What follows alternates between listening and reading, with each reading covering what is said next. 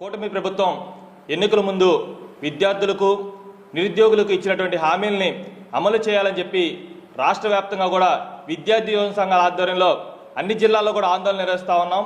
అయితే ఈ ఆందోళన చేస్తున్నటువంటి నాయకులపైన ప్రభుత్వం ఈ రోజున కుట్రపూరితంగా కేసులు పెట్టడం, నిర్బంధించడం, వేధించడం లాంటివి చేస్తూ ఉన్నటువంటి పరిస్థితి ఈ రోజు రాష్ట్రంలో.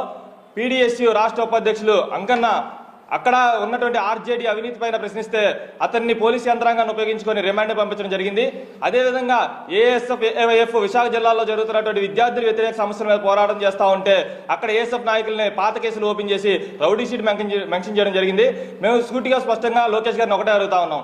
గతంలో విద్యారంగ సమస్యల మీద పనిచేస్తూ ఉంటే సమస్యలు పరిష్కరించాలని చెప్పి గత ప్రభుత్వంలో ప్రశ్నిస్తే మమ్మల్ని పిలిపించుకొని కూర్చొని మీరు చేస్తున్నటువంటి ఇష్యూలు అన్ని కూడా మంచివి, ఖచ్చితంగా మేము కానీ ప్రభుత్వం అధికారంలోకి వస్తే ఈ కేసులన్నీ కూడా ఎత్తేస్తామని చెప్పి మాకు హామీ ఇవ్వడం జరిగింది. ప్రజాస్వామ్య పాలన జరుగుతుందా, నియంత పాలన జరుగుతుందా అన్నది రాష్ట్ర ప్రజలు తెలుసుకోవాలి. ప్రజాస్వామ్య పాలన అయితే ప్రజలకు ఏం కావాలో ప్రభుత్వాలు ప్రజలను అడిగి ప్రజలు ఏదైనా మెమరాండాలు ఇస్తే వాటిని పరిష్కరించాలి.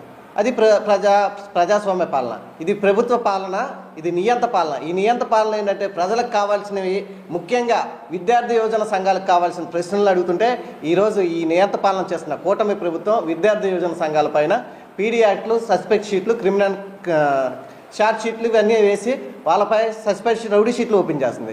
ఈ విధంగా ప్రశ్నిస్తే మేము కూర్చొని మాట్లాడదాం, మీకేం కావాలని చెప్పేసి అన్న లోకేష్ గారు ఈరోజు మీరు విద్యా సంస్థల్లోకి వెళ్తే మీ పైన కేసులు పెడతామని చెప్పేసి ఒక సర్క్యులర్ జారీ చేశారు. మొన్న సంక్షేమ హాస్టల్లో చాలామంది